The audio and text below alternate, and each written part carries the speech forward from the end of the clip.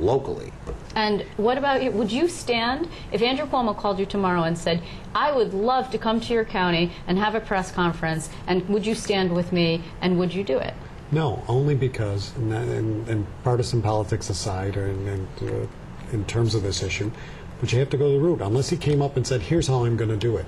Nobody has told me how they're going to do it. Nobody has said from the Senate, from the governor, from Andrew Cuomo, or anybody saying, we're going to cap property taxes. That's a great buzzword. I can go out, stand on the street corner in Oneida County and do the same thing, and everybody will cheer me. They want to cap, they don't even want to cap the 2%. They want no property tax Well, increase. Cuomo wants 4%. Well, it's the governor who wants 2%. Well, but whether it's 2, 4, whatever the number is, but my constituents want 0, which I understand based on the economy that everybody is in.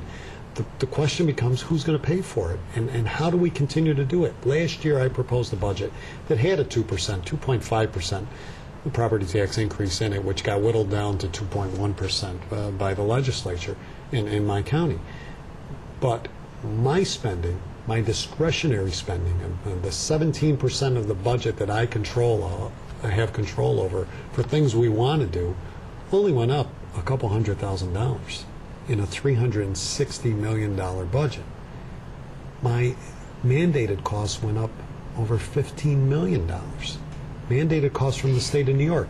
So that increase on that property tax was not as a result of either of us adding new programs on the county's dime and on the county's choice to say these are the things we want to do. That non-mandated side are the programs and services that we choose to deliver for our constituents above and beyond what we have to deliver in terms of mandating. Okay, so who's going to pay for that difference? Right, but also politically. I mean, you're backing Rick Blasio, are you not? Well, I have. Yes, I have. I've come out for Rick early on. Well, so did Ed Mangano, actually. I mean, what does it say when you have a Democrat, just politically, purely politics for a second, Sure. when you have a Democrat going to Nassau, which is a swing district, one might probably argue, right? You have a little bit more conservative voters there, suburban voters, a key voting bloc, standing with a Republican county executive and clearly wooing Republican voters. I mean, that's what this is about. But I think it's the politics of the moment by saying let's two parties, or whether it's the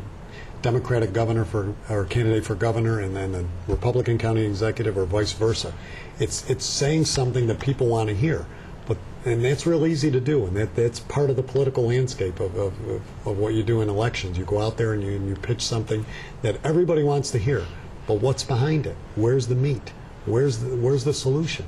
You know, it goes back to all of this that's taken place in Albany over the last several weeks in terms of a budget process that has no reforms in place, no real decisions in terms of how they're going to correct this situation that we're dealing with. What's going to happen next year, or what's going to happen after August when they make us whole? How much longer are we going to have to wait for the remaining payments of this year? Well, so it's easy to go up and say I'm for a property tax cap. But the real question is, how are you going to make it up when you can't even pay your bills? I will be betting you that we'll be having this discussion. That's what's going to happen. We're going to be having this discussion next year. That's what's going to happen. And we'll be talking to you also. And unfortunately, I have to cut you both off because we're out of time. But I want to thank you very much for joining me, both of you. Steve Acquario, Tony Picente. Thank you.